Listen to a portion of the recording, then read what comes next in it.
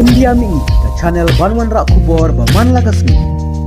Presiden ke US Donald Trump hakasngi baan ula kento ia Presiden ke Rusia Vladimir Putin halor ka thamajung persha ke Ukraine ka barang yipting ha Ukraine da ka baong baka jingleh jong kala pynsniew dur shuh ia ka jinglong jong ngamti balai udang yipting ia kan ka thama laong Trump ula dei banjob ia kan ka thama tang hapo jong ka shitayo Trump ula kran ia kan ha ka jingya bam jamit jong ki aliang mamla bat Presiden ke Argentina Javier Milei ha White House kani ka jingya lang ka long tang hadin baka sarkar Amerika kalapan penai ka song pisa ka baga USD ar billion na ka benta ban kershani ka roi ka par jong ka Argentina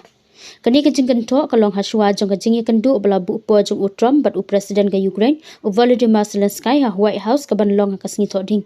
ha ka bala kmi lenti baka jingle jingmut ha ka jingyai teng jong ka US ya ka jing ai jing kershan sha ka Ukraine kani ka jingya lang ka long hadin ki kubo na du ka khalai terik ule ber ba Trump udang perkhat ban pha ikinam ding Toma House ubala ban siat kham jangai ubala shna da ka US sha Ukraine chwa ban shem ya ka rai ba khaddu halor ka jing ban po yi getiar le kumbala paw haki katuk ni kilat patai kubo jong ka te ka tan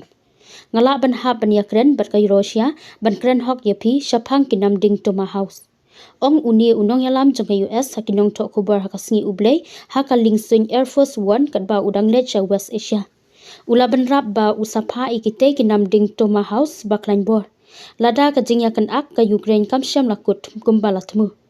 hapadeng kini ka jingya kran Presiden kambari jong ka Estonia ubaya trailang bat ka NATO Marcos sakma ula ong haka ABC News bakarai ka bala ban long jong ka US ban penbiang ya kinam ding Toma House cha ka Ukraine kala ban yarap ban pai biang ya ka Russia bat ban Iceland da ka jubab ka bating ya ka Russia